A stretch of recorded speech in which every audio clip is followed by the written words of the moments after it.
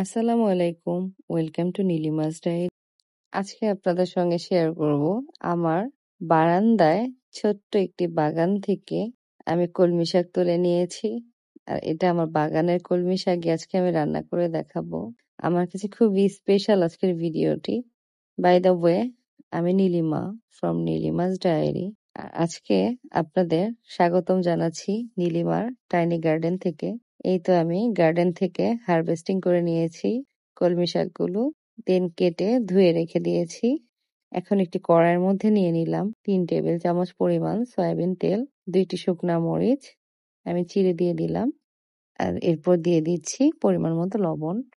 একটু নেড়ে দিয়ে দিব পেঁয়াজ আর কাঁচামরিচ। পেঁয়াজটা খুব বেশি বাদামি করব না। এর মধ্যে দিয়ে দিব অল্প একটু আদা রসুন। আদা রসুনটা দিয়ে দেওয়ার পরে একটু ভেজে নিচ্ছি।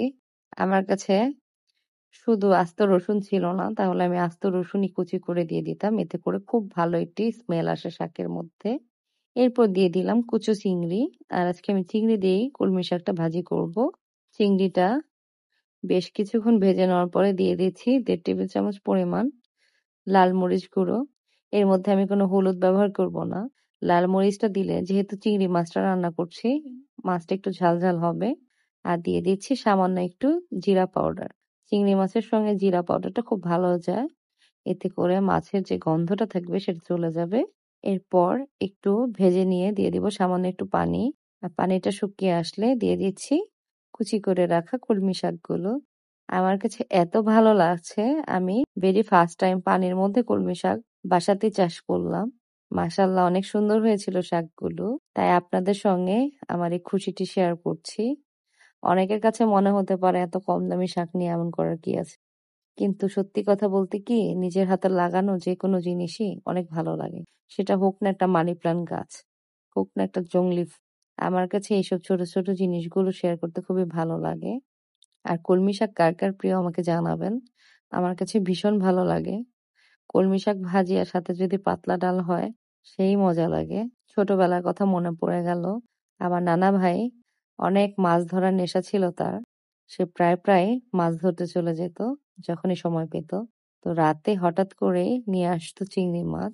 আমার নানু বাড়ির সামনে ছোট্ট একটি নদী ছিল, সেইখানে চিংড়ি মাছের ছোট্ট করে কি যেন একটা পেতে দিয়ে আসতো। ওইটার মধ্যে অনেক ছোট ছোট চিংড়ি মাছ পড়তো। সেই চিংড়ি মাছগুলো আনলে পরে আমার নানুমণি করলা ভাজির সঙ্গে, কলমি শাকের সঙ্গে, লাল শাকের সঙ্গে দিয়ে রান্না করতো। কি যে মজা ছিল! সেই দিনগুলো এখন কোথায় চলে গেল। চিংড়ি মাছের ভর্তাটা খেতে খুবই দারুণ লাগতো। আমার নানুকে দেখতাম চিংড়ি মাছের ভর্তা করতো, চিংড়ি মাছের বড়া করতো, চিংড়ি মাছকে ভুনা করতো। আর চিংড়ি আমার ফেভারিট মাছ। আমি চিংড়ি মাছ সারা জীবন, সারা বছর, সারা দিন খেতে পারবো। আমার কাছে খুবই ভালো লাগে। আর চিংড়ি তো অনেকে মনে করেন পোকা, অনেকে মনে করেন মাছ।